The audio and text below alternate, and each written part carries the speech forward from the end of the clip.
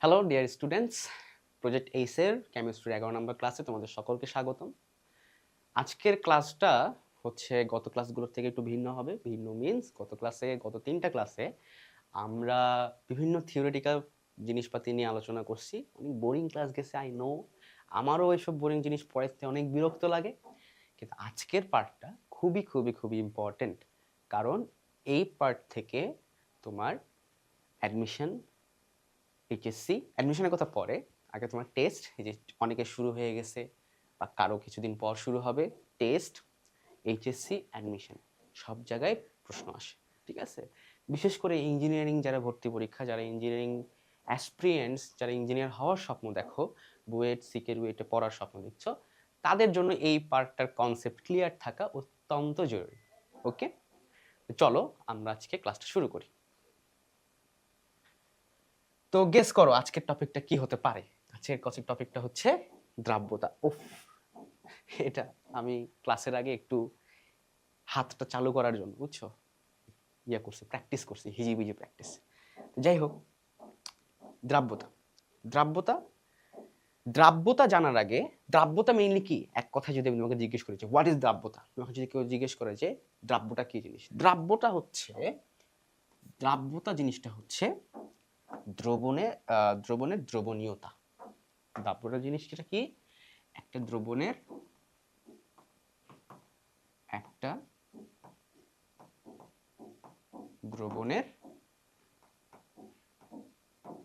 দ্রবণীয়তা। কথা বোঝা গেছে? এটা কি, একটা দ্রবণের দ্রবণীয়তা।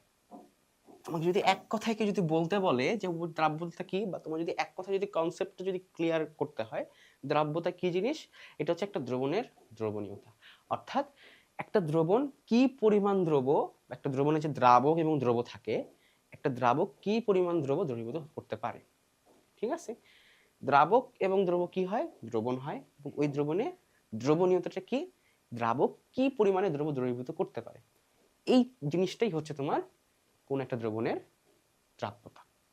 ওকে, তো আমরা দ্রাব্যতার পূর্ণাঙ্গ কনসেপ্টে যাওয়ার আগে আমরা একটু দ্রবণ নিয়ে আলোচনা করি। দ্রবণ কি জিনিস? মনে করো আমি তোমাকে হচ্ছে এক গ্লাস পানি দিছি এবং হচ্ছে এক চামচ লবণ দিছি বা এক চামচ চিনি দিছি, ঠিক আছে? তো তুমি যখন ওই গ্লাসের মধ্যে ওই চিনি বা লবণ গুলাইতেছো, তুমি কি করতেছো, তুমি কি নিলা, পানি নিছো, এক গ্লাস পানি নিছো এবং এর মধ্যে কি দিছো, চিনি দিছো, ঠিক আছে? পানি এবং চিনি দেওয়ার কারণে তুমি কি পাইছো, একটা শরবত পাইছো, চিনির শরবত, রাইট? অর্থাৎ তুমি দুইটা জিনিসের মিশ্রণ করছো এবং এই মিশ্রণের কারণে তুমি একটা নতুন একটা জিনিস পাইছো। এই যে নতুন জিনিসটা তুমি পাইলা, এটা কি বলতেছি, দ্রবণ। এই জিনিসটাকে বলতেছি কি আমি, দ্রবণ।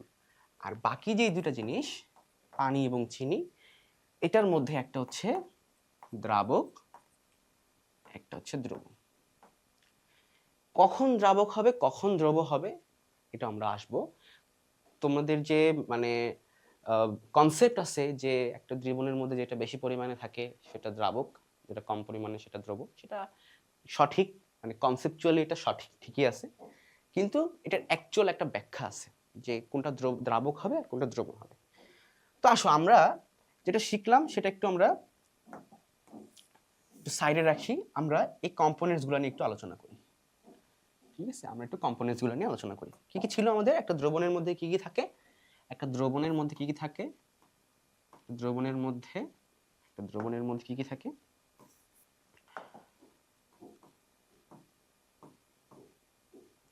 দ্রবণে, আবার ভুল করলাম,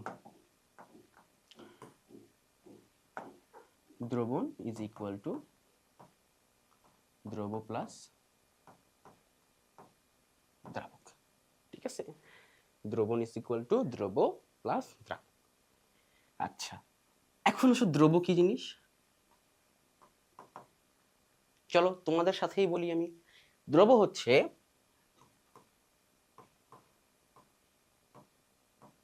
কোনো একটা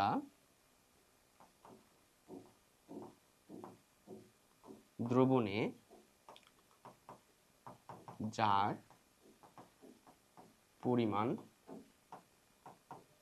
কম থাকে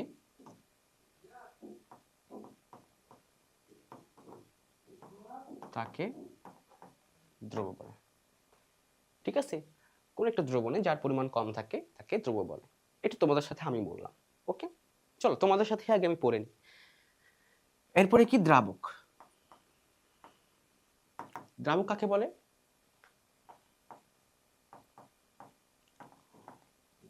কোন দ্রবণে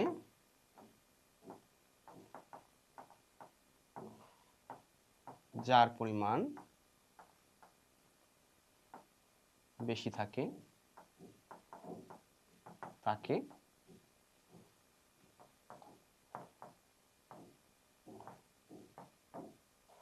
দ্রাবক, সরি হ্যাঁ দ্রাবক। ঠিক আছে, তাহলে দ্রব এবং দ্রাবক আমরা এতদিন যা শিখছি, তোমরা এতদিন যা শুনছো সেটাই। ঠিক আছে, আমরা বললাম। এখন এইটা অ্যাকচুয়ালি কনসেপচুয়ালি ঠিক আছে, কিন্তু মেইন ব্যাখ্যাটা হচ্ছে বা মেইন জিনিসটা হচ্ছে দ্রবের যে মেইন সংজ্ঞাটা বা দ্রব্য অ্যাকচুয়ালি কি, মেইনলি কি, সেটা যদি আমি জিজ্ঞেস করি তাহলে সেটা হচ্ছে কোন দ্রবণে যার ভৌত অবস্থার কোনো পরিবর্তন হয় না সেটা হচ্ছে দ্রাবক, এবং যার ভৌত অবস্থার পরিবর্তন হয় সেটা হচ্ছে দ্রব। কিভাবে দেখো, আমি যখন পানি আর চিনির শরবত তৈরি করছি, পানি আর চিনির কি তৈরি করছি, শরবত তৈরি করছি, তখন পানি ছিল আমার দ্রাবক, চিনি ছিল দ্রব। তোমাদের কনসেপ্ট অনুযায়ী পানির পরিমাণ বেশি ছিল, চিনির পরিমাণ কম ছিল, তাই পানি দ্রাবক, চিনি দ্রব। কিন্তু এবার দেখো অ্যাকচুয়াল যে কনসেপ্ট, যেটা আমি তোমাকে আজকে শেখাচ্ছি, সেটা হচ্ছে দেখো আমি যখন পানি আর চিনির শরবত তৈরি করছি, শরবতটা কি, এটা লিকুইড, রাইট? এখানে পানি কি, একটা লিকুইড, চিনি কি, সলিড, তাই না? দেখো দ্রাবক কাকে বলতেছি, যার ভৌত অবস্থার কোনো পরিবর্তন হয় না, এটাকে আমরা দ্রাবক বলতেছি। তুমি দেখো তো এখানে ভৌত অবস্থা পরিবর্তন হয়েছে কিনা। পানি আগেও ছিল লিকুইড, দ্রবণ হওয়ার পরও সে লিকুইডই আছে, বা দ্রবণটা যেটা সে লিকুইডই আছে, ভৌত অবস্থার কিন্তু কোনো পরিবর্তন হয়নি। যার ভৌত অবস্থার কোনো পরিবর্তন হবে না, পানি শরবত হওয়ার আগেও লিকুইড ছিল, শরবত হওয়ার পরেও লিকুইডই আছে, যার এরকম ভৌত অবস্থার পরিবর্তন হবে না সে হচ্ছে দ্রাবক। ঠিক আছে, অর্থাৎ কোন কনসেপ্ট থেকে বললাম, অ্যাকচুয়াল কনসেপ্ট, যে যার ভৌত অবস্থার কোনো পরিবর্তন হয় না, এটা হচ্ছে দ্রাবক। আর দ্রব কাকে বলতেছি, যার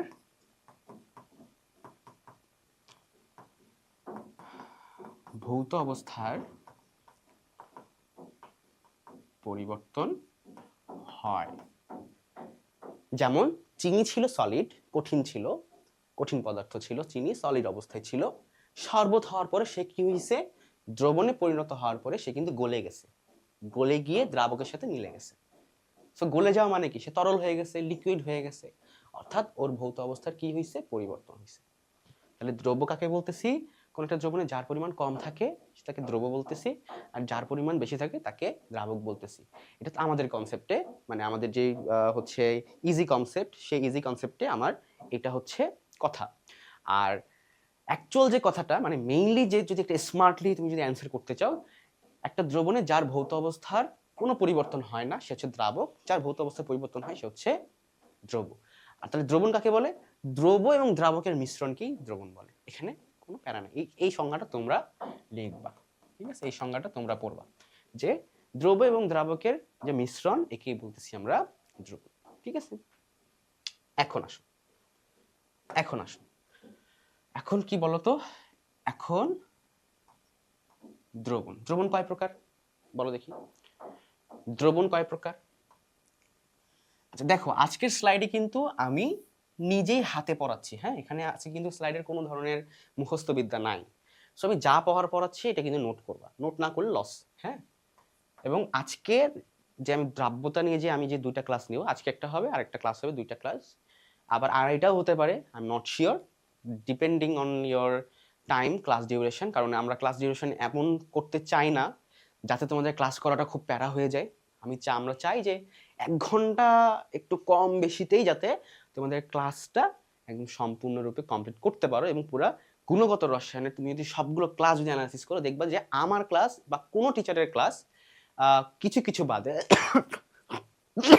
দুঃখিত, কিছু কিছু বাদে তোমাদের সকলেরই ক্লাস ডিউরেশন 1 ঘন্টা কাছাকাছি বা 1 ঘন্টার থেকে সামান্য একটু বেশি, যাতে তোমাদের এই সিলেবাসটা কমপ্লিট করতে বেশি হিমশিম না খেতে হয়। মনে করো তুমি স্কুল থেকে আসছো, কলেজ থেকে আসছো, সরি তোমরা স্কুলে পড়ো না, কলেজ থেকে আসছো, কলেজ থেকে এসে তুমি কেমিস্ট্রি নিয়ে পড়তে বসছো, রাইট? একটা টপিক ধরলা দ্রাব্যতা। আমরা চাই এই টপিকটা ধরে তুমি প্রিজমের ক্লাসটা করবা, ওটা প্রজেক্ট এইস এর যে ক্লাস আছে, প্রজেক্ট এইস এর ক্লাসটা করবা, দেখবা 1 ঘন্টা 2 ঘন্টার মধ্যে দ্রাব্যতার টপিকটা একদম বিস্তারিত যা কিছু আছে তোমার পরীক্ষার জন্য, অ্যাডমিশনের জন্য যত রকমের কনসেপ্ট আছে, এই কনসেপ্টটা তোমার 2 ঘন্টায় ক্লিয়ার হয়ে যাবে। এইভাবেই কোর্সগুলোকে সাজানো যাতে তোমাদের জন্য প্যারাটা কি না হয়, বেশি না হয়। ওকে, দ্রবণ কি? দেখো, দ্রবণ হচ্ছে 3 প্রকার। কয় প্রকার? 3 প্রকার। একটা কি?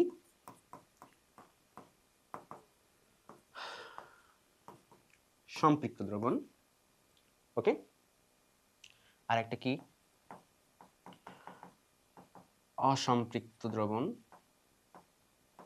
আর একটা হচ্ছে অতিপৃক্ত দ্রবণ। ঠিক আছে, একটা কি? সম্পৃক্ত দ্রবণ, একটা হচ্ছে অসম্পৃক্ত দ্রবণ, আর একটা হচ্ছে অতিপৃক্ত দ্রবণ। ওকে ওকে,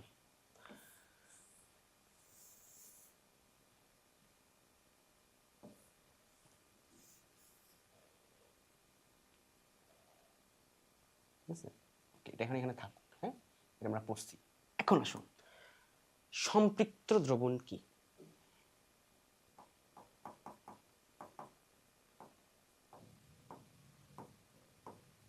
সম্পৃক্ত দ্রবণ কি? সম্পৃক্ত দ্রবণ হচ্ছে, মনে করো আমি কিছুক্ষণ একটা হচ্ছে দ্রবণ তৈরি করছি, কি? চিনি আর পানির একটা দ্রবণ তৈরি করছি, ঠিক আছে? পানির, মনে করো আমি একটা ভি পরিমাণ একটা পানি নিছি, মানে ভি পরিমাণ পানি নিছি, এবং তোমার জি পরিমাণ তোমার হচ্ছে চিনি নিছি। এখন তুমি বাসায় চেষ্টা করবা যে 1 গ্লাস পানির মধ্যে তুমি যখন 1 চামচ পানি চিনি মিশাবা, এটা গুলাবা, এটা গুলে যাবে। 2 চামচ মিশালেও গুলে যেতে পারে, ঠিক আছে? তুমি যখন 3 চামচ মিশাতে যাবা, এটা মাস্ট দেখবা যে পানিতে চিনি আর গুলতেছে না। অর্থাৎ আমরা এখানে কি অ্যাজিউম করতে পারি? এই পানির একটা নির্দিষ্ট ধারণ ক্ষমতা আছে, অর্থাৎ দ্রাবকের একটা নির্দিষ্ট ধারণ ক্ষমতা আছে, যে দ্রাবকটা কতটুকু দ্রবীভূত করতে পারবে, ঠিক আছে? এটা একটা লিমিট আছে, স্বাভাবিক। এটা কখনো অসীম না, আমি দিতেই থাকবো, ওই 1 গ্লাস পানি নিতেই থাকবে, এটা কখনো সম্ভব না, ঠিক আছে? এটা অসীমে কখনো পসিবলই না। তো পানি দেখবা যে ভি পরিমাণ পানির জন্য, মনে করো জি পরিমাণ চিনি আমার দরকার আছে, বা ভি পরিমাণ পানি জি পরিমাণ চিনি ধারণ করতে পারে, ঠিক আছে? ইকুয়াল ইকুয়াল, মানে জি যদি আর একটু বেশি হয়ে যায়, যদি একটু বেশি হয়ে যায়, এটার কি হবে না? দ্রবীভূত হবে না, ঠিক আছে? ভাসবে, পানির মধ্যে ভাসবে। তো এই যে আমি নির্দিষ্ট ধারণ ক্ষমতার কথা বলছি, এই যে নির্দিষ্ট যে ধারণ ক্ষমতার কথা বলছি, দ্রাবক যদি ওই ধারণ ক্ষমতাটা মিট করে ফেলে, তাহলে সেখান থেকে যে দ্রবণটা তুমি পাবা সেটা হচ্ছে সম্পৃক্ত দ্রবণ। আমার কথা বুঝছো? আমার কথা কি বুঝছো? অর্থাৎ সম্পৃক্ত দ্রবণ কি বলছি আমি, কাকে বলছি? সম্পৃক্ত দ্রবণ তাকেই বলছি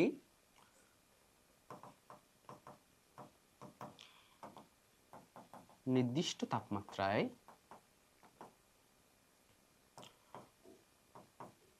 কোন দ্রবণে দ্রাবক সর্বোচ্চ যে পরিমাণ দ্রবীভূত করতে পারে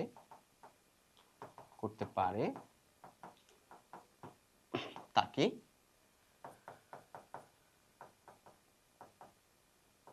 সম্পৃক্ত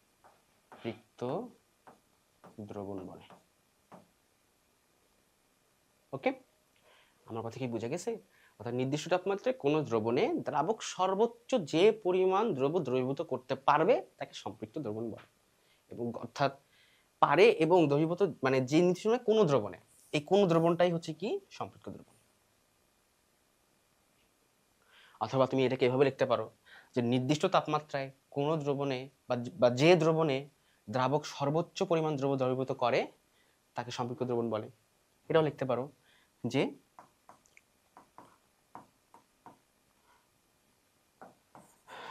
তাপমাত্রা নির্দিষ্ট থাকবে, ঠিক আছে, এটা নির্দিষ্টই থাকবে, ঠিক আছে, এটা নির্দিষ্ট থাকবে। নির্দিষ্ট তাপমাত্রাতে যে দ্রবণে সর্বোচ্চ পরিমাণ দ্রব্য দ্রবীভূত থাকে তাকে সম্পৃক্ত দ্রবণ বলে। ওকে, অর্থাৎ মনে করো একটা ক্লাসের মধ্যে তোমার হচ্ছে 40টা সিট আছে। মনে করো আমি যে ক্লাসে পড়াচ্ছি এই ক্লাসের মধ্যে 40 জন তোমরা বসতে পারো। এখন 40 জন তোমরা ভর্তিও হইছো মনে করো আমার ক্লাসে। সো এই 40 জন এই 40টা সিটে যখন বসে যাবে তখন কি আর সিট কোনো অবশিষ্ট থাকছে না। অর্থাৎ এই ক্লাসের ধারণ ক্ষমতা 40 জন আমার পরিপূর্ণ হয়ে যাচ্ছে, এই ক্লাসটা নিয়ে ফেলছে। সো আমার এই ক্লাসটা হচ্ছে সম্পৃক্ত ক্লাস, এবং এটাকে আমি বলতেছি সম্পৃক্ত দ্রবণ। এটাই যখন এই দ্রবণের ক্ষেত্রে হয় সেটাকে আমি বলতেছি সম্পৃক্ত দ্রবণ। ঠিক আছে, এবার আসো, এবার আমরা পরেরটা কি বলছি, পরেরটা হচ্ছে তোমার কি অসম্পৃক্ত দ্রবণ।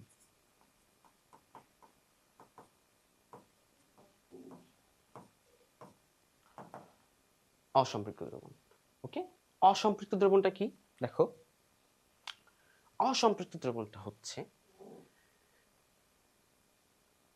নির্দিষ্ট তাপমাত্রা। অবশ্যই যাই আমরা পড়বো, যেটাই আমরা পড়বো, দ্রাব্যতা আমরা যখনই পড়বো সবকিছু ফার্স্টে আমাকে কি লাগাইতে হবে, নির্দিষ্ট তাপমাত্রায়, নির্দিষ্ট তাপমাত্রা লাগাতেই হবে। ওকে, দেখো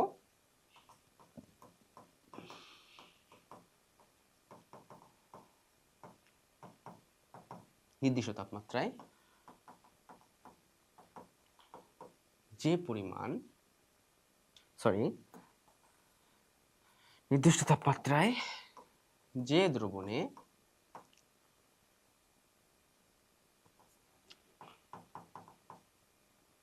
দ্রাবকের মধ্যে, যে দ্রবণে দ্রাবকের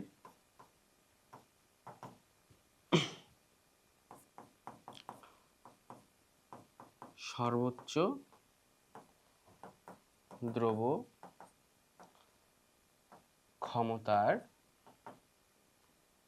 সর্বোচ্চ দ্রব্য ধারণ ক্ষমতার কম পরিমাণ দ্রব্য দ্রবীভূত থাকে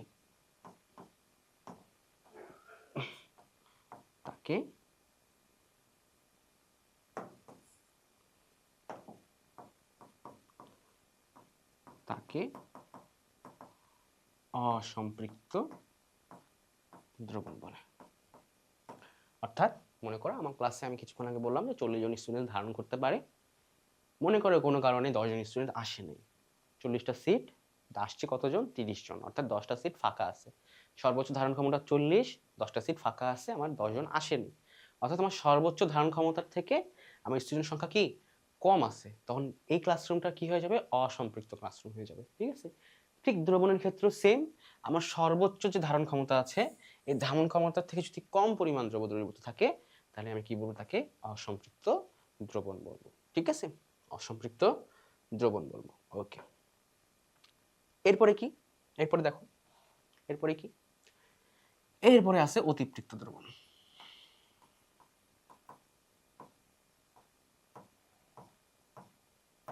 অতিপৃক্ত দ্রবণ, ঠিক আছে, অতিপৃক্ত দ্রবণ। অতিপৃক্ত দ্রবণ কাকে বলতেছি আমি, মনে করো এটা আমি আগেই তোমাকে বলি যাতে তোমরা সংজ্ঞাটা নিজে নিজে বলতে পারো। আমার ক্লাসে ধারণ ক্ষমতা কতজন, 40 জন। এখন মনে করো কোনো কারণে অনেকে আমাকে রিকোয়েস্ট করলো যে ভাই আমি আপনার ক্লাসে আসতে চাই, ক্লাস করতে চাই। তখন আমি কি বললাম, আচ্ছা ঠিক আছে আসো, আমি তাদেরকে বলে ফেললাম যে আসো। কিন্তু সে আসলো, এসে আর সিট পেলো না, 40 জন তো আসেই, তাদেরকে কি করতে হবে, 5 জন মনে করে এক্সট্রা আসছে, তাদেরকে দাঁড়িয়ে থাকতে হবে। অর্থাৎ আমাদের মূল যে ধারণ ক্ষমতা তার থেকে স্টুডেন্ট কি আমার এখন বেশি, অর্থাৎ এখন এই ক্লাসরুমটা কি হয়ে যাবে, অতিরিক্ত ক্লাসরুম হয়ে যাবে। ঠিক দ্রবণের ক্ষেত্রেও তাহলে তুমি কি হচ্ছে বলো তো, নিজে নিজে এখন সংজ্ঞাটা মনে মনে পড়ো, বলো। মনে করো তোমাদের মন আমি পড়তেছি, তোমাদের মন অবশ্যই এটাই বলতেছে, আমি জানি যে নির্দিষ্ট তাপমাত্রায়, এটা মন বলছে, দেখছো আমি তোমার মন পড়তে পারি, নির্দিষ্ট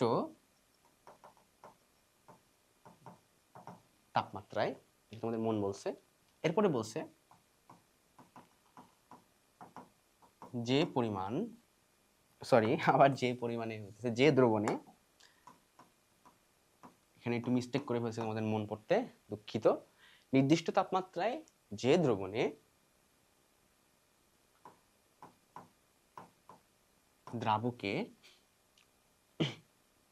দ্রাবকের সর্বোচ্চ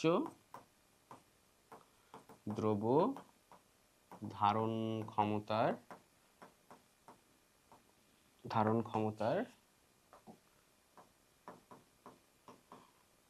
অধিক পরিমাণ দ্রব্য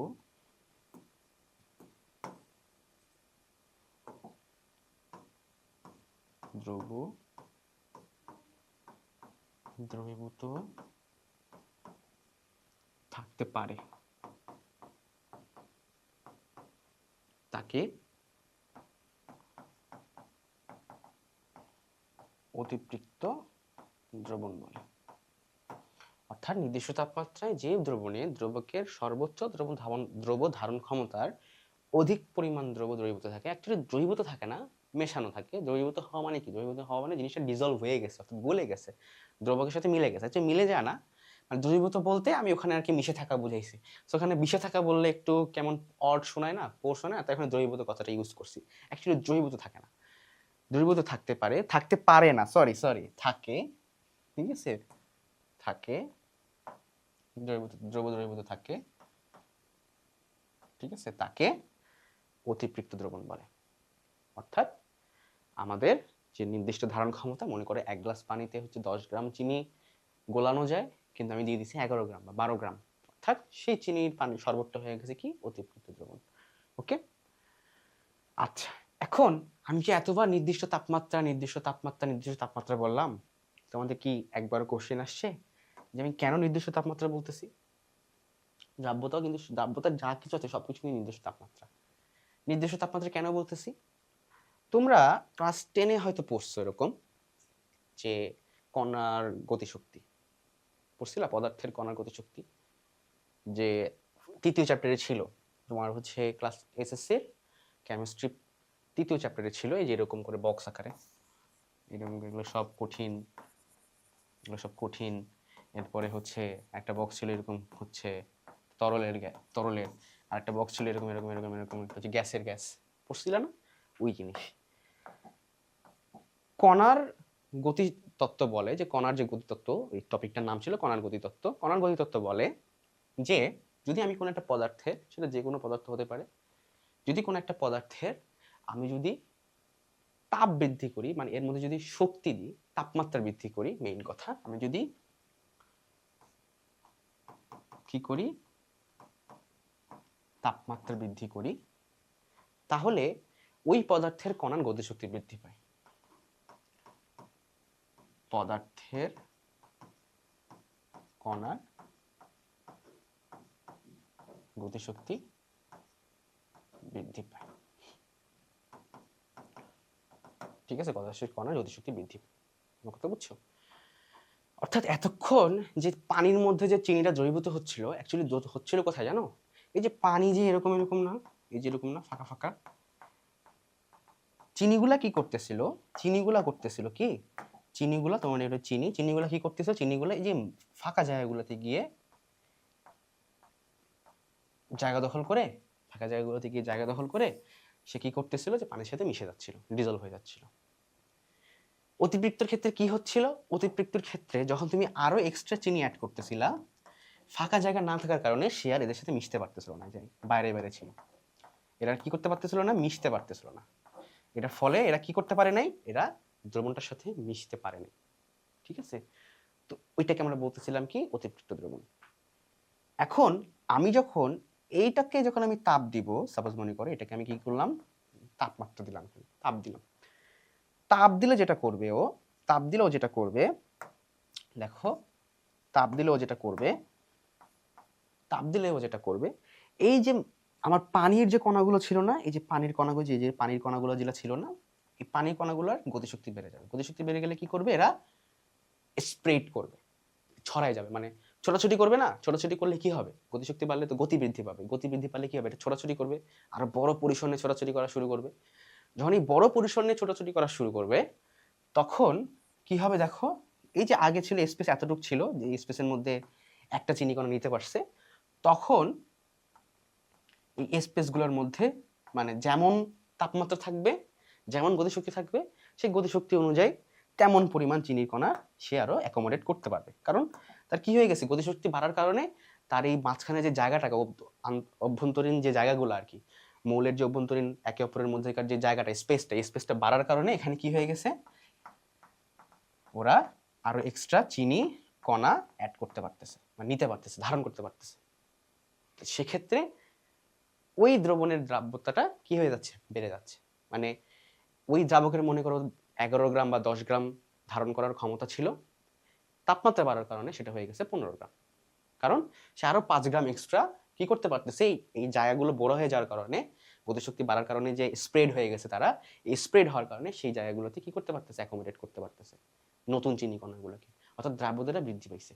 এখন আমি যদি পরিবর্তনশীল তাপমাত্রা নিয়ে কোনো একটা দ্রবণের দ্রাব্যতা মেজার করতে যাই, আমরা কখনোই এক্সাক্ট মেজারমেন্টটা পাবো না। ঠিক আছে, ওই দ্রবণের এক্সাক্ট যে মেজারমেন্টটা, দ্রাব্যতাটা, এটা কখনোই পাবো না। তাই আমরা এই মেজারমেন্টের স্বার্থে, মেজারমেন্ট যাতে আমি সুন্দর করে বের করতে পারি, এই জন্য আমরা তাপমাত্রাকে কি করে রাখছি, নির্দিষ্ট তাপমাত্রা রাখছি। ঠিক আছে, তো কেন নির্দিষ্ট তাপমাত্রা, বুঝতে পারছো? সো এটাই হচ্ছে কারণ নির্দিষ্ট তাপমাত্রার, যে আমি কেন বলতেছি বারবার নির্দিষ্ট তাপমাত্রা, নির্দিষ্ট তাপমাত্রা।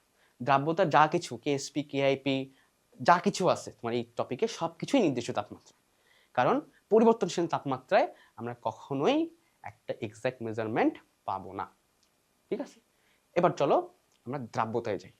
এবার চলো আমরা হচ্ছে দ্রাব্যতার টপিকে ঢুকে যাই।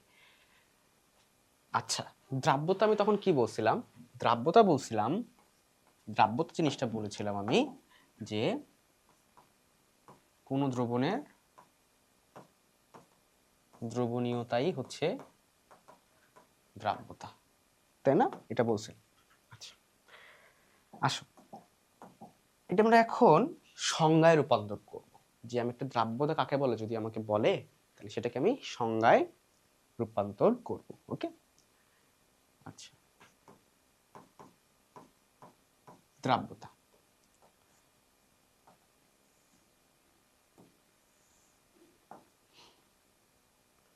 দেখো দ্রাব্যতার দুইটা একক আছে।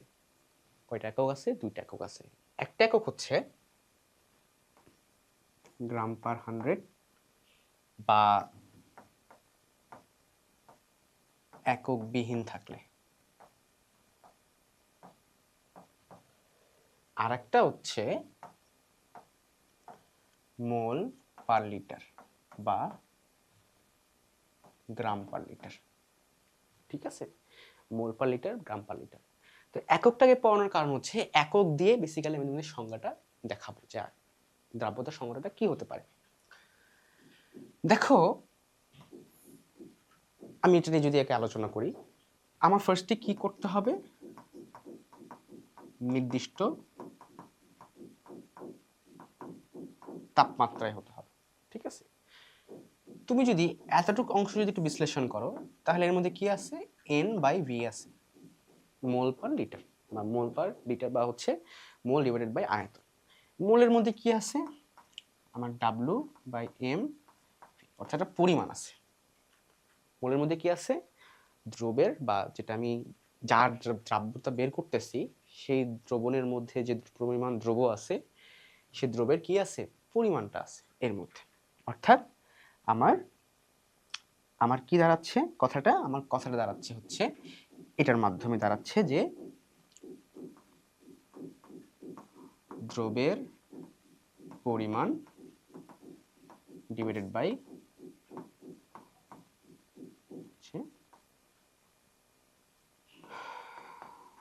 দ্রাবকের আয়তন। ঠিক আছে, দ্রবের পরিমাণ ডিভাইডেড বাই দ্রাবকের আয়তন। তাহলে এখান থেকে আমি সংজ্ঞাটা বের করতে পারি না? দেখো তো, এখান থেকে সংজ্ঞাটা বের করতে পারি না? কি? নির্দিষ্ট তাপমাত্রায় যে নির্দিষ্ট তাপমাত্রায়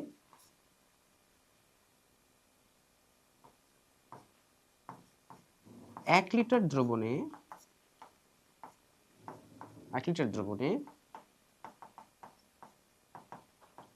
যে পরিমাণ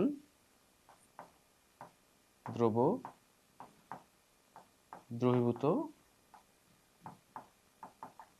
থাকতে পারে তাকে দ্রাব্যতা বলে। 1 লিটার দ্রাবকে, একটু মিস্টেক হয়েছে, মিস্টেকটা কি? 1 লিটার দ্রাবকে, দ্রবণ না, 1 লিটার দ্রাবকে যে পরিমাণ দ্রব্য দ্রবীভূত থাকতে পারে তাকে ওই দ্রবণের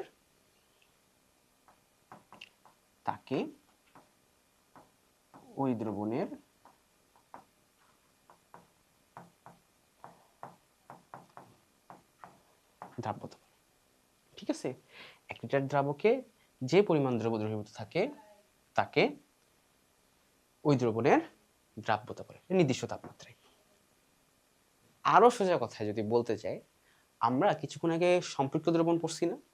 সম্পৃক্ত দ্রবণে কি পড়ছিলাম? যে যদি কোনো দ্রবণে বা যেই দ্রবণে দ্রাবকের সর্বোচ্চ ধারণ ক্ষমতা যতটুকু দ্রব্য নেওয়ার কথা, ঠিক আছে, ততটুকু দ্রব্য যদি দ্রাবকের মধ্যে উপস্থিত থাকে বা দ্রাবকের মধ্যে যদি দ্রবীভূত থাকে, তাহলে আমরা সেই দ্রবণটাকে বলতেছি সম্পৃক্ত দ্রবণ বলতেছি, রাইট? সো আমি যদি এখানে বলি যে, মনে করে বললাম নির্দিষ্ট তাপমাত্রায়, অবশ্যই নির্দিষ্ট তাপমাত্রায় সম্পৃক্ত দ্রবণের ঘনমাত্রাকে দ্রাব্যতা বলে। এটা কিন্তু আমি বলতে পারি। ঘনমাত্রা কেন বললাম? কারণ মোল পার লিটার, এটা কি? N/V। N/V কে কি দ্বারা প্রকাশ করে? এটাকে কি বলে? ঘনমাত্রা বলে না?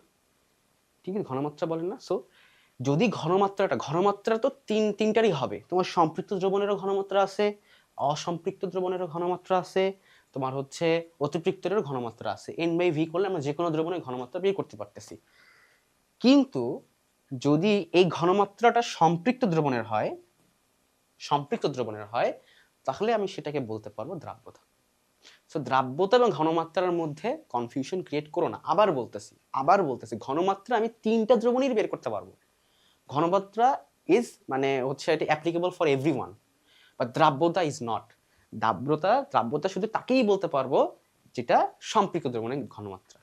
অর্থাৎ 1 লিটার দ্রবণে যে পরিমাণ দ্রব্য দ্রবীভূত থাকতে পারবে বা সর্বোচ্চ যে পরিমাণ দ্রব্য দ্রবীভূত থাকতে পারে বা থাকে, তাকে ওই দ্রবণের দ্রাব্যতা বলে। ঠিক আছে, সো দ্রাব্যতা, ঘনমাত্রা নিয়ারলি এক জিনিস, একটা applicable for everyone, but another one is not, যেটা কিনা শুধু একজনের জন্য অ্যাপ্লিকেবল। কার জন্য?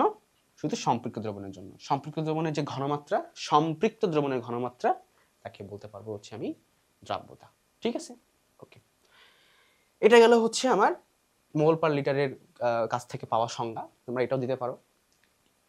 অ্যান্ড এই জিনিসগুলা, মানে এই যে এককটা, এটা আমরা ইউজ করব কেএসপি, কেআইপি এর আয়ন ইফেক্ট, এই পার্টটাতে। এটা আজকের পার্ট না, সেটা আমরা পরে ইউজ করব এটার জিনিসপাতিগুলো। তোমার পরীক্ষায় যেই ম্যাথগুলো আসে, সেই ম্যাথগুলো মূলত আসে হচ্ছে এইটা থেকে। সেই ম্যাথগুলো আসে কোনটা থেকে দেখতে পাচ্ছ? দেখো, সেই ম্যাথগুলো আসে হচ্ছে এটা থেকে। ঠিক আছে, গ্রাম পার 100 ব্যাককবিহীন। এখন আসো, গ্রাম পার 100 বলতে কি বোঝাচ্ছে?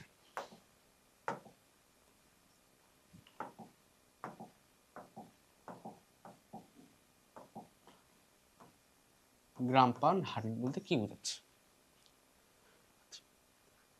100 বলতে বোঝাচ্ছে দ্রাবকের ভর, আর গ্রাম বলতে বোঝাচ্ছে দ্রবের ভর। ঠিক আছে, 100 বলতে বোঝাচ্ছে দ্রাবকের ভর, গ্রাম বলতে বোঝাচ্ছে দ্রবের ভর। অর্থাৎ সংজ্ঞাটা কি হচ্ছে দেখো, সংজ্ঞাটা কি হচ্ছে, সংজ্ঞাটা হচ্ছে 100 গ্রাম দ্রাবকে অবশ্যই নির্দিষ্ট তাপমাত্রায়, ঠিক আছে, নির্দিষ্ট তাপমাত্রায় 100 গ্রাম দ্রাবকে যে পরিমাণ দ্রবীভূত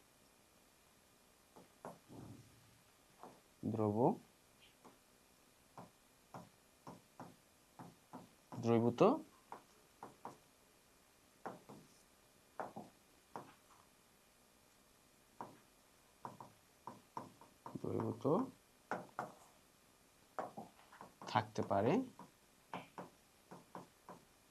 তাকে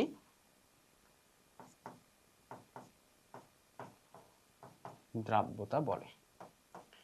এটাকে আরেকটু ফার্নিশ যদি করতে চাও, এখানে লিখতে পারো সর্বোচ্চ, কোথায়, এখানে সর্বোচ্চ যে পরিমাণ দ্রব্য দ্রবীভূত থাকতে পারে।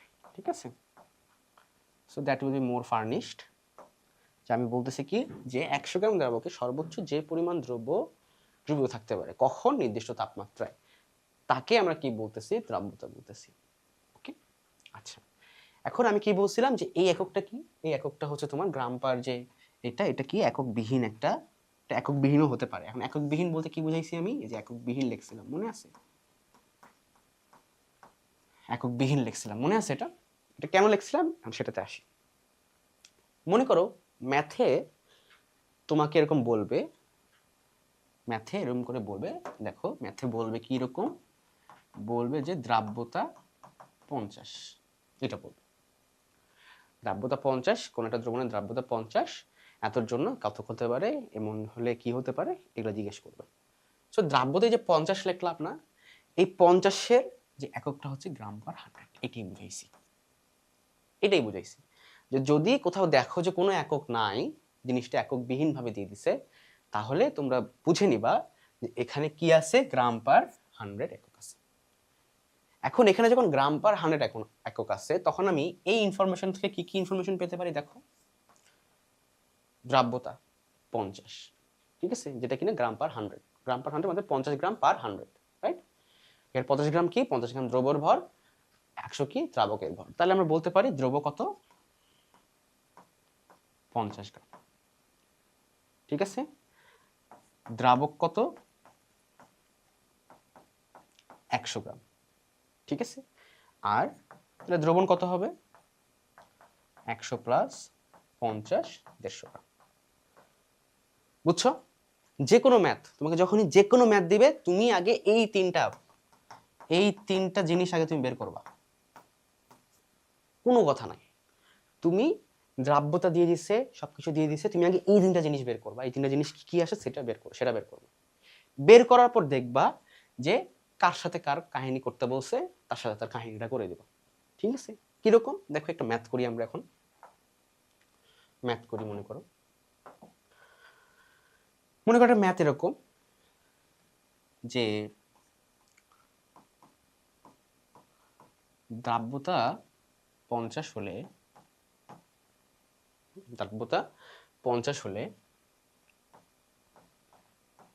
500 গ্রাম দ্রবণকে সম্পৃক্ত করতে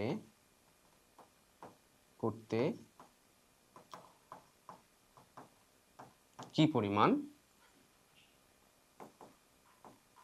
দ্রব্য প্রয়োজন হবে, কি পরিমাণ দ্রব্য প্রয়োজন হবে।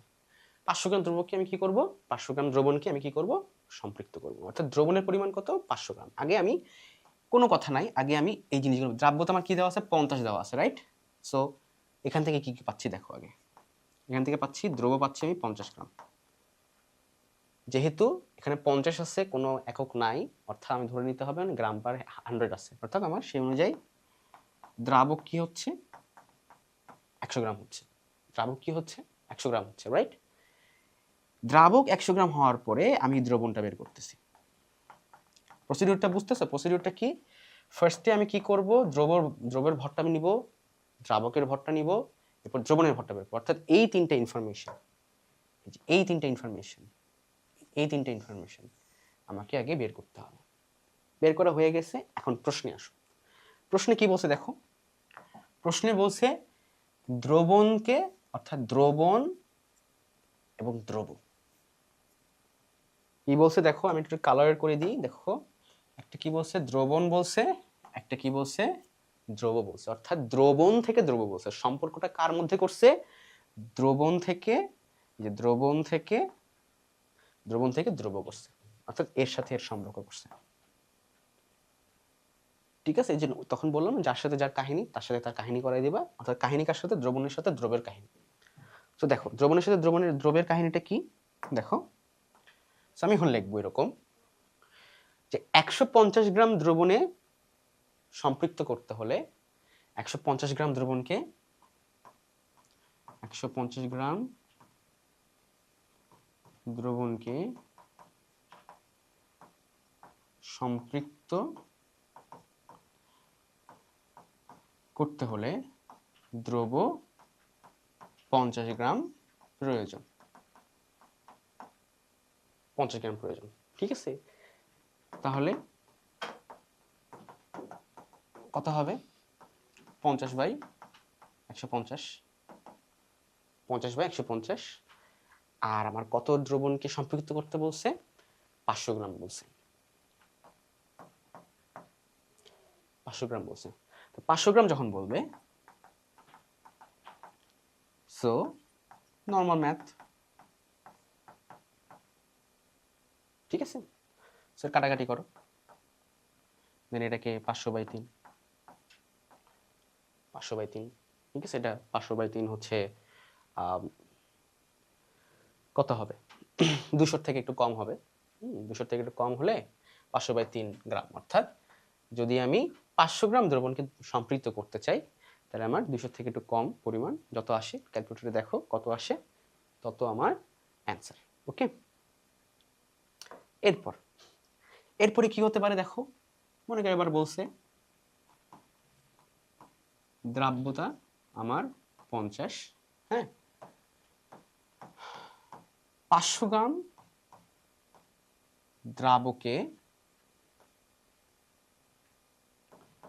দ্রাবককে সম্পৃক্ত করতে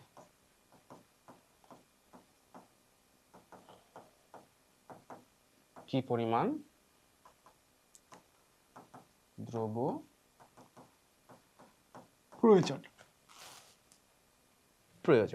অর্থাৎ এবার কার সাথে কার কাহিনী? দেখো, এবার কার কাহিনী হচ্ছে তোমার দ্রাবকের সাথে দ্রবের। সো এবার তুমি এখান থেকে ডাটাগুলো বের করো। দ্রব কত? 50 গ্রাম। দ্রাবক কত?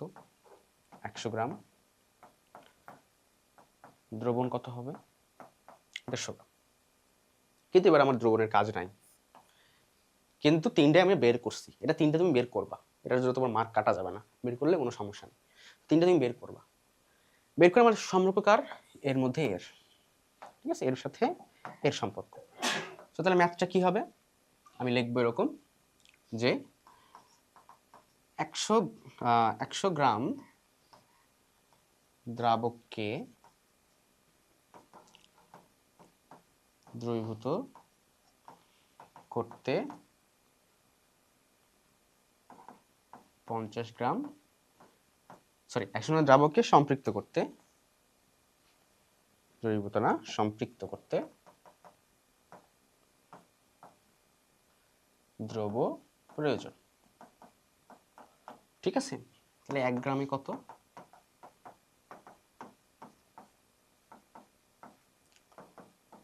তাহলে 500 গ্রাম দ্রাবককে সম্পৃক্ত করতে 50 × 500 ডিভাইডেড বাই 100।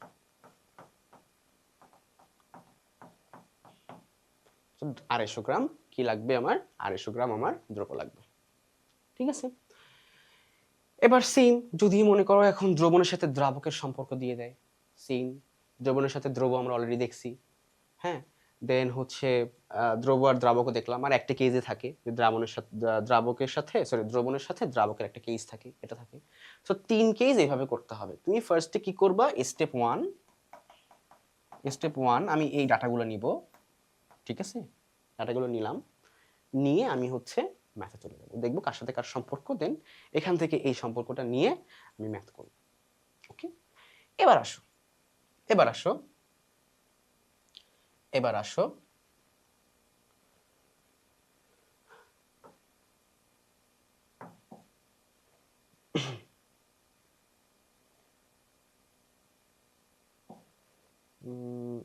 ওকে, প্যারা নাই। আচ্ছা দেখো, এবার আসো, এবার মনে করো আমি একটু দিছি এরকম যে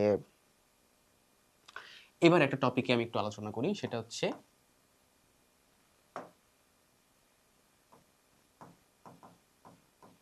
আপেক্ষিক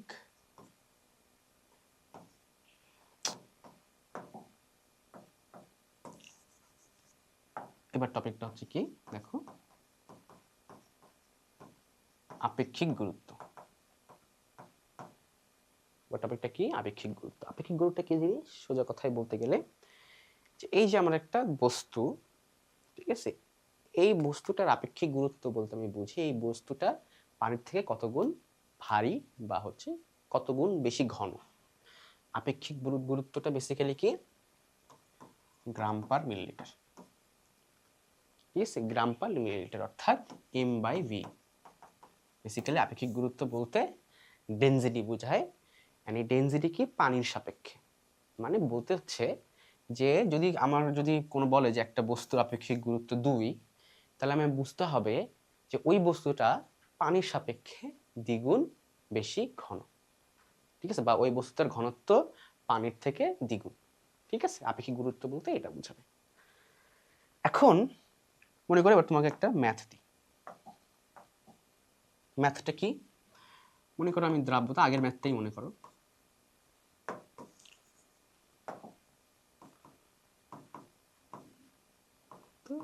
দ্রাব্যতা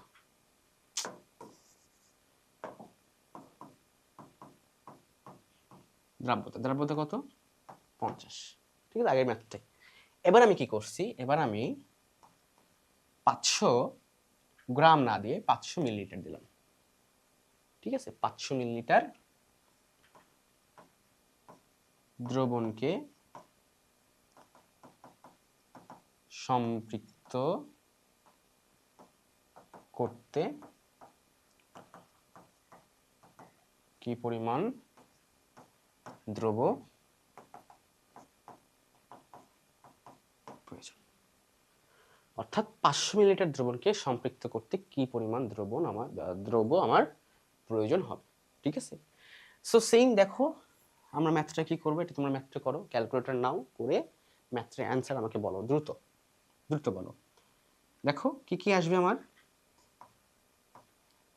দ্রব্য আসবে, দ্রব্য হচ্ছে 50 গ্রাম,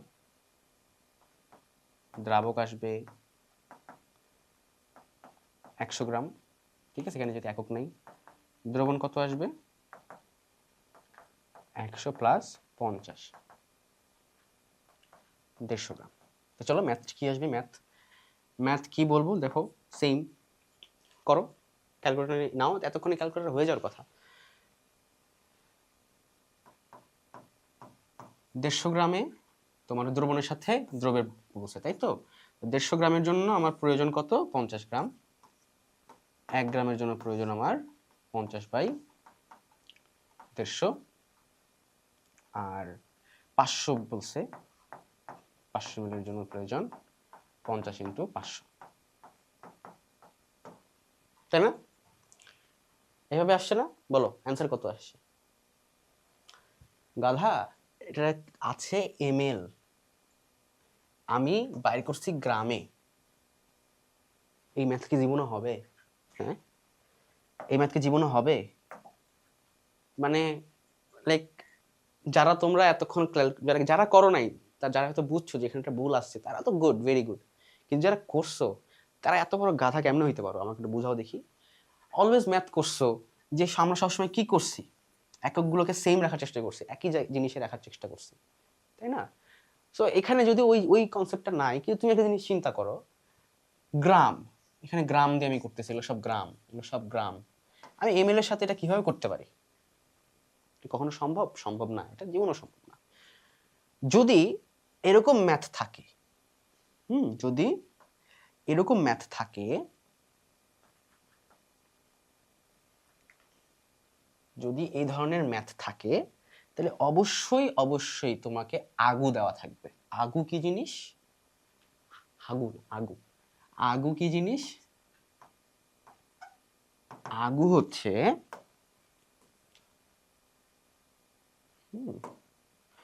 আগু হচ্ছে আপেক্ষিক গুরুত্ব। আপেক্ষিক গুরুত্ব দেওয়া থাকবে। তো ধরো আমি আপেক্ষিক গুরুত্বটা ধরে নিলাম হচ্ছে 2। মনে করো দ্রবণের যে 500 ml দ্রবণ দিছে, এই 500 ml এর আপেক্ষিক গুরুত্ব হচ্ছে 2 ধরলাম, ঠিক আছে?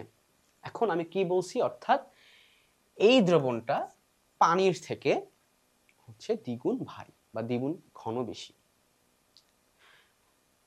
অর্থাৎ মনে করো আমি এই জিনিসটা যদি আরেকটু আমি ক্লিয়ার করি, আমি জানি না কতটুকু ক্লিয়ার, তাই আমি বলতেছি, যারা এখনো ক্লিয়ার হও না তাদের ক্ষেত্রে আমি বলতেছি। মনে করো এটা আমার 1 বোতল পানি আছে। এই 1 বোতল পানি যখন আমি মেজারিং যদি দিব, দাঁড়িপাল্লায় দেবো, ডিজিটাল হোক বা এমনিতে দাঁড়িপাল্লায় দিব, মনে করো 1/2 কেজি পানি আছে বা 1/2 লিটার পানি আছে। সো 1/2 কেজি, বিশুদ্ধ, যদি পানিটা যদি বিশুদ্ধ হয়, বিশুদ্ধ 1/2 লিটার হয়, তো আমার 1/2 লিটারের জন্য আমার 1/2 কেজি ওজন আসবে। এখন তুমি 1/2 লিটার মধু নাও বা 1/2 লিটার তেল নাও বা এমন কিছু নাও 1/2 লিটার যেটা কিনা পানির থেকে ঘন, লোহা নাও 1/2 লিটার। তুমি কি ওই 1/2 লিটার লোহা, যে তুমি যদি যদি পরিমাণ করো, নিক্তিতে যদি পরিমাণ করো, তাহলে কি পানির সমান পাবা প্রত্যেকবার? মধুর ক্ষেত্রে অবশ্যই ভারটা বেশি হবে, লোহার ক্ষেত্রে আরো ভারটা বেশি হবে। তো এই যে পানির তুলনায় আমার মধু কত গুণ ভারী বা লোহা কত গুণ ভারী, এই জিনিসটা হচ্ছে আপেক্ষিক গুরুত্ব। এবং আপেক্ষিক গুরুত্ব 2 বলতে বোঝাচ্ছে যে এই যে দ্রবণটা তৈরি হয়েছে, এই দ্রবণটা পানির তুলনায় দ্বিগুণ ভারী। এন্ড আপেক্ষিক গুরুত্ব দেওয়া থাকলে এবং পানির যদি এরকম আয়তন দেওয়া থাকে, তাহলে যেটা করতে হবে, দেখো যেটা করতে হবে, তুমি কি করছো, আমি এখানে বলছি যে হচ্ছে 150 গ্রাম দ্রবণের জন্য প্রয়োজন কত? 150 গ্রাম দ্রবণের জন্য প্রয়োজন হচ্ছে 50 গ্রাম, রাইট? 150 গ্রাম দ্রবণের জন্য কত প্রয়োজন? 50 গ্রাম প্রয়োজন। তাহলে 1 গ্রাম দ্রবণের জন্য কত প্রয়োজন? 1 গ্রাম দ্রবণের জন্য প্রয়োজন 50/150। আর এখানে কি আমি 500 ml বসাতে পারবো? না, এখানে আমাকে গ্রামে কনভার্ট করতে হবে। সো আপেক্ষিক গুরুত্ব যদি এই ধরনের ম্যাথ থাকে, আপেক্ষিক গুরুত্ব অবশ্যই দেওয়া থাকবে। আপেক্ষিক গুরুত্ব অবশ্যই দেওয়া থাকলে, বা যদি নাও দেওয়া থাকে, এমন কোন একটা দ্রবণের আপেক্ষিক মানে দিয়ে দিবে, এমন একটা কোন একটা দ্রবণ দিয়ে দিবে যার আপেক্ষিক গুরুত্ব তুমি জানো বা কমন, ঠিক আছে? এমন একটা দিয়ে দিবে। অর্থাৎ আপেক্ষিক গুরুত্ব দিয়ে কাজটা করতে হবে। সেটা কি? ভি ইন্টু আগু, এটা করতে হবে, ঠিক আছে? ভি ইন্টু আগু মানে কি? এই যে ভি যে দিয়েছিল 500 ml, 500 ইন্টু তোমার 2, এটা গ্রাম দ্রবণের জন্য 50 ইন্টু কত? 500 ডিভাইডেড বাই 150। এটা ইন্টু 2। এটা কি দেখা যাচ্ছে?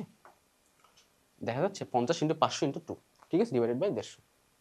ওকে, তো এখন নর্মালি জাস্ট ক্যালকুলেশন করবো, 1000 1000 ডিভাইডেড বাই 3 হবে, অ্যান্সারটা আসবে হচ্ছে তোমার গ্রামে। অ্যান্সারটা কিসে আসবে? গ্রামে, কারণ আমি এটা গ্রামে কনভার্ট করে ফেলছি, তো অ্যান্সারটা কিসে আসবে? গ্রামে আসবে, ঠিক আছে? ওকে, চলো আমরা আরেকটা ম্যাথ করি, ম্যাথ করে আমরা হচ্ছে ক্লাসটা শেষ করে ফেলবো, ঠিক আছে? চলো এবার আমরা এই ম্যাথটা দেখি। এই ম্যাথটা দেখলে আমরা মোটামুটি দ্রাব্যতার একটা কনক্লুশনে আসতে পারবো। এরপরও যদি আমি একটু যদি দেখি যে আর কিছু কেস টেস পড়ানো উচিত, যেমন কিছু অ্যাডমিশনের কোশ্চেন যদি সলভ করানো উচিত, যেটা কিনা তোমার এইচএসসি স্ট্যান্ডার্ড, তাহলে আমি সেগুলো নিয়ে আসবো পরের ক্লাসে। বাট আপাতত আমার দ্রাব্যতার কনসেপ্ট ক্লিয়ার করার জন্য এতক্ষণ যা পড়ালাম এবং এই ম্যাথটা করাইলে আমার মোটামুটি দ্রাব্যতার কনসেপ্টটা ফুল ক্লিয়ার হওয়ার কথা। যে জায়গায় বোঝা নাই অবশ্যই কমেন্টে বলবা, আমার আইডিতে ইনবক্সেও নক করতে পারো, বা গ্রুপে করলে বেশি বেটার, কারণ গ্রুপে করলে যেটা হবে তোমার প্রবলেমটা অন্য মানুষের সাথে শেয়ার হবে, অন্য স্টুডেন্টের সাথে শেয়ার হবে, তারও যদি একই টাইপের প্রবলেম থেকে থাকে তাহলে সেটা ওইখানে আমি ক্লিয়ার করে দেবো সবার জন্য। ঠিক আছে, 50 গ্রাম দ্রাবকে 5 ml দ্রব দ্রবীভূত থাকলে দ্রাব্যতা কত? এতক্ষণ আমরা কি দিচ্ছিলাম? এতক্ষণ আমরা দ্রাব্যতা দিয়ে দিচ্ছিলাম, যে একটা দ্রাব্যতা আছে আছে আছে আছে, ওকে ঠিক আছে, মানে উল্টাটা করতেছিলাম, এখন আমরা সোজাটা করব। একটু আমরা উল্টাভাবে আজকে কাজ করছি, বাট উল্টাটাই আসে, ঠিক আছে, তাই উল্টা দিয়েই শুরু করছি। এতক্ষণ আমরা উল্টা করতেছিলাম, এখন আমরা কি করব? সোজা করব। ডেটা দেওয়া থাকবে, আমার দ্রাব্যতা বের করতে হবে, দ্রাব্যতা এখন বের করবো। এখন বলো তো এই ম্যাথটার মধ্যে ভুল কোথায় আছে? পজ করো, পজ করে একটু ভাবো। এই ম্যাথটার ভুল আছে হচ্ছে আপেক্ষিক গুরুত্ব দেওয়া নাই, অর্থাৎ অবশ্যই এখানে আপেক্ষিক গুরুত্ব আমার দিতে হবে বা দিয়ে দিবে, বা এমন কোনো কিছু দিয়ে দিবে, মনে করে এখানে একটা যৌগ দিয়ে দিল, সেই যৌগটার আপেক্ষিক গুরুত্ব তোমার জানা, ঠিক আছে, যারা ওই বইয়ের ভিতর রিডিং পড়বা না তার এই আপেক্ষিক গুরুত্ব এগুলো ডাটা জানতে পারবাও না, ঠিক আছে। তো বই ভালো মতো পড়তে হবে, ঠিক আছে। আপেক্ষিক গুরুত্ব দেখো একটা ছক আছে যেটা নেসেসারি, ঠিক আছে, নেসেসারি একটা তোমার প্রত্যেকটা রাইটারের বইয়েই একদম ছোটখাটো একটা ছক আছে, এই ছকটা পড়বা, এখানে 6টার মতো পাবা, 6টা বা 10টার মতো পাবা, ইনাফ, 6, 8, 10 এরকম কিছু একটা পাবা। ওই 8টার মধ্যে 6টার মধ্যেই তুমি হচ্ছে একটা যদি দিয়ে দেয় এরকম যে তোমাকে আপেক্ষিক গুরুত্ব দিবে না, তোমার নিজের নলেজ থেকে আপেক্ষিক গুরুত্ব বের করতে হবে, তাহলে ওই 6টার মধ্যে তুমি একটা কমন পাবা, ঠিক আছে। তো 50 গ্রাম দ্রাবকে 5 ml দ্রব দ্রবীভূত থাকলে দ্রাব্যতা কত? ঠিক আছে, সো এই ম্যাথটার সূত্র কি হবে? দ্রাব্যতার সূত্র আমরা কি পড়ছি? দ্রাব্যতার সূত্র কি বলছি? দ্রবের পরিমাণ দ্রাবকের পরিমাণ ইনটু 100, এটা হচ্ছে আমার দ্রাব্যতার সূত্র, ঠিক আছে। এটা হচ্ছে আমাদের কি দ্রাব্যতার সূত্র। এটা কই থেকে আসলো? যে গ্রাম পার 100 আছে না, ওইখান থেকে আসছে। সো আমরা এখানে এত এত কথায় যাব না, আমরা জাস্ট ডাইরেক্ট এই জিনিসটা মনে রাখবো। দ্রাব্যতার সূত্র কি? দ্রব বাই দ্রাবক ইনটু 100, ঠিক আছে, ওকে। দেখো ইনটু 100। এখন আমাকে কি করতে হবে? দ্রবের ভর, দ্রব কি? দ্রব বাই দ্রাবক। আচ্ছা, এখানে দ্রাবক দিয়ে দিছে, আমি এখানে একটু চেঞ্জ করি, হ্যাঁ, ও অনেকটুকু মিশে গেল, সেটা আমি এটা দিয়ে দিই, দ্রবণ দিয়ে দিই, 50 গ্রাম দ্রবণ, সরি 50 গ্রাম দ্রবণে 5 মিলিলিটার দ্রব দ্রবীভূত থাকবে, ওকে। সো আমি দ্রবণ থেকে কঠিন ম্যাথটাই করি যাতে তোমাদের বুঝতে সুবিধা হয়। সো আমি কি করছি? দ্রবণ, রাইট, দ্রবণ করছি। তো দ্রবণের কত? দ্রবণ কত আমার দেওয়াই আছে 50 গ্রাম। এখন আমার দ্রবকেও গ্রামে কনভার্ট করতে হবে। দ্রবকে গ্রামে কনভার্ট করার নিয়ম কি? আপেক্ষিক গুরুত্ব দ্বারা আমার আয়তন গুণ করে দিলে এটা গ্রামে কনভার্ট হয়ে যাবে। তাহলে দ্রব কত আসবে? দ্রব কত আসবে? দ্রব আসবে তোমার হচ্ছে 5 মিলিলিটার ইন্টু 2, 5 মিলিলিটার ইন্টু 2 অর্থাৎ 10 গ্রাম। তাহলে দ্রবণ 50 গ্রাম, দ্রব 10 গ্রাম, তাহলে দ্রাবক কত আসবে? দেখো দ্রাবক কত আসবে? 50 - 10 অর্থাৎ 40 গ্রাম, ঠিক আছে, 40 গ্রাম। এই যে 40 গ্রাম আসলো, এই যে 40 গ্রাম আসলো, এটা কিসের ভ্যালু আসলো? দ্রাবকের ভ্যালু আসলো। আমার দ্রবের ভ্যালু কত ছিল? 10। আমি দ্রব ডিভাইডেড বাই দ্রাবক পেয়ে গেছি না, এখন এখানে বসাই দাও। কত? দ্রব কত? 10, দ্রাবক কত? 40, ঠিক আছে। কিভাবে বের করছি? 50 থেকে 10 বাদ দিছি, কিন্তু 50টা কি ছিল? দ্রবণ ছিল। দ্রব কত বের করছি? 10, 50 থেকে 10 বাদ দিছি, 40 আসছে। 10/40 ইন্টু 100, ঠিক আছে। তাহলে কি হবে দেখো, 1/4 অর্থাৎ 25, 25 অ্যান্সার। 25-এর ইয়েটা কি হবে? গ্রাম পার 100, 25 গ্রাম পার 100, ঠিক আছে। এই হচ্ছে আমাদের মোটামুটি দ্রাব্যতার আলোচনা। আগামী ক্লাসে আমরা যদি দ্রাব্যতার কোনো এরকম নতুন কোনো কেস থাকে যেটা কিনা এইচএসসি স্ট্যান্ডার্ড, সেই স্ট্যান্ডার্ড নিয়ে আলোচনা করব, সেই কেসটা নিয়ে আলোচনা করব, এবং দ্রাব্যতার গুণফল, আয়নিক গুণফল, এগুলো নিয়ে আলোচনা করব, ঠিক আছে। তো তখন পর্যন্ত ভালো থাকো, সুস্থ থাকো, আল্লাহ হাফেজ।